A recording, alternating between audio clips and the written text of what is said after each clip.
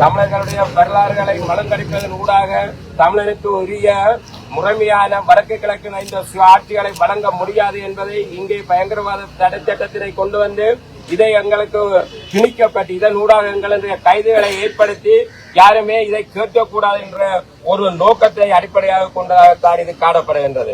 அது மட்டுமல்லாமல் இலங்கை அரசாங்கம் இன்று ஒரு இக்கட்டான ஒரு சூழ்நிலையிலே போய்கொண்டிருக்கிறது.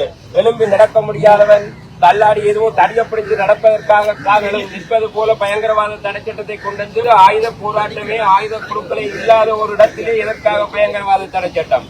இந்த பயங்கரவாத தடை சட்டத்தின் ஊடாக எங்கள் நாட்டிலே மீண்டும் ஒரு கிளர்ச்சி ஏற்பட போகின்றது. காசுதாருங்கள், நாங்கள் எங்களுக்கு இதை அளிப்பதற்காக என்று ஒரு பொய்ப்பிரச்சாரத்தை சர்வதேச உலகிலே வெளிக்காட்டுவதற்காகத்தான் இந்த அரசு முனைகின்றது. ஆகவே எங்களுடைய சுதந்திரமான நடமாட்டத்தை உறுதி செய்வதாக இருந்தால் இலங்கை அரசாங்கம் உடனடியாக இந்த பாராளுமன்றத்திலே இதனை கொண்டு வந்து ஒரு சட்டத்தை, இந்த பயங்கரவாத தடை சட்டத்தை இல்லாத ஒழிக்க வேண்டும்.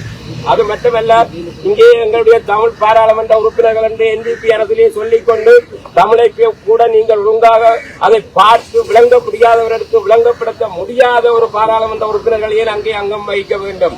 நீங்கள் உடனடியாக இந்த பாராளுமன்ற கவிதைகளை விட்டு வெளியே வந்து தமிழர்களுடைய பிரச்சனைகளை நீங்கள் எடுத்து கிடைக்க வேண்டும். அப்படியான ஒரு சூழ்நிலை ஏற்படுமாக இருந்தால் இந்த பாராளுமன்றத்திலே இந்த பயங்கரவாத தடை சட்டம் நிறைவேற்றப்பட்டிருக்காது.